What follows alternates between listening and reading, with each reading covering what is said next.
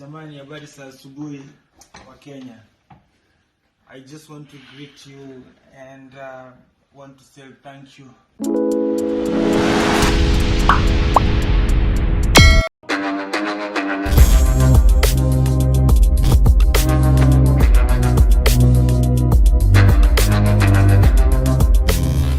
Updates kutokana na mambo ya Ringtone ambaye ameshare tena asubuhi ya kuamkia leo video ambayo ilikuwa inamuonyesha akiwa kitandani akila matunda. Anasema kwamba bado anaumwa.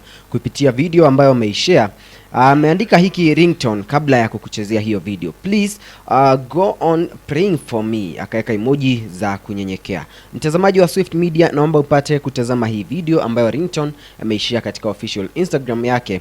Anasema yeye anakula tu matunda lakini anaumia sana.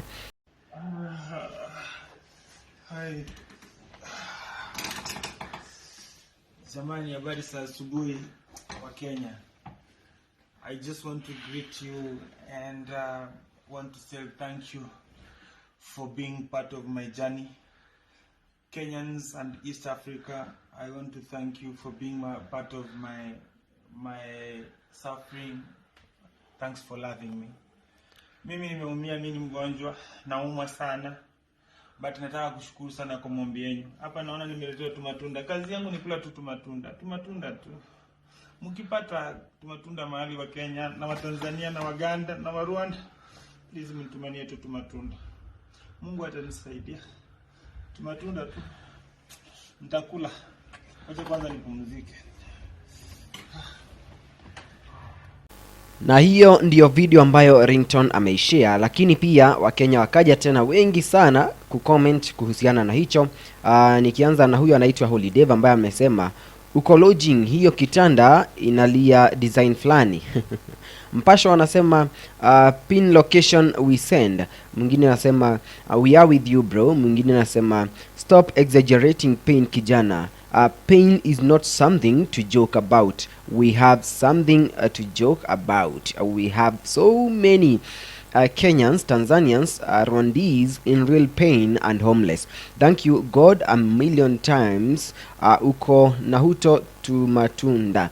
Ringtone akamjibu na kusema mambo ya pain wachia wagonjwa, ambia serikali kupe kazi.